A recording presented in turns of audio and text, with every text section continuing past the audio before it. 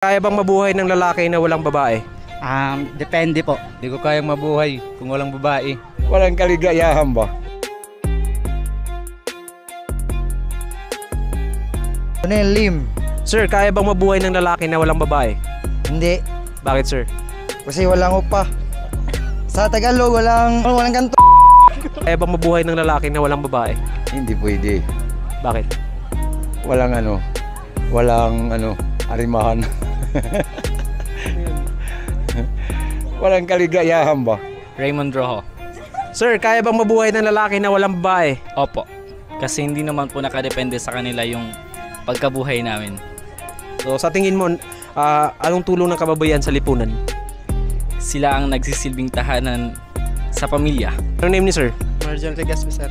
Sir, kaya bang mabuhay ng lalaki na walang babae? Siyempre man, sir, mabubuhay kita bisan marahira. Bakit, sir? Kaya natin panindigan yung sarili natin. Yan lang po. Sa tingin mo, ano naman ang tulong ng kababayan sa lipunan? Tama, sinasabi mo, sir, pinipirahan lang tayo, linuloko. Sabihin niyo nga ako, pinas ka, ginamit mo ako. Ulit. Sa tingin mo, ano naman ang tulong ng kababayan sa lipunan?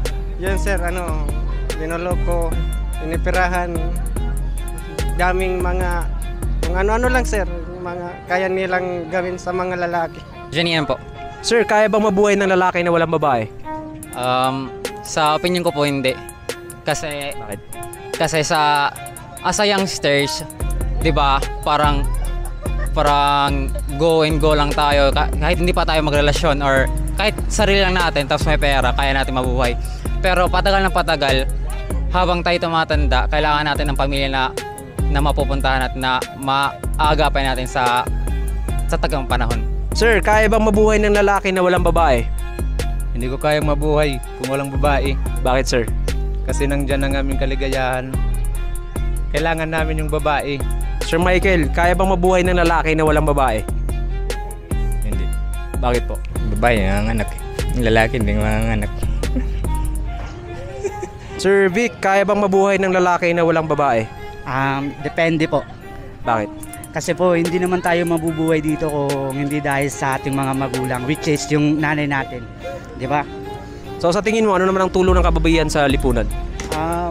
Siguro po, yung tulong nila is sila yung nagbibigay kagandahan, lalo na sa mga kakalsadahan. Kasi maganda po dumaan sa kalsada kung maraming mga babae ng magaganda. Siguro po, yun yung magandang naitutulong nila sa lipunan na to.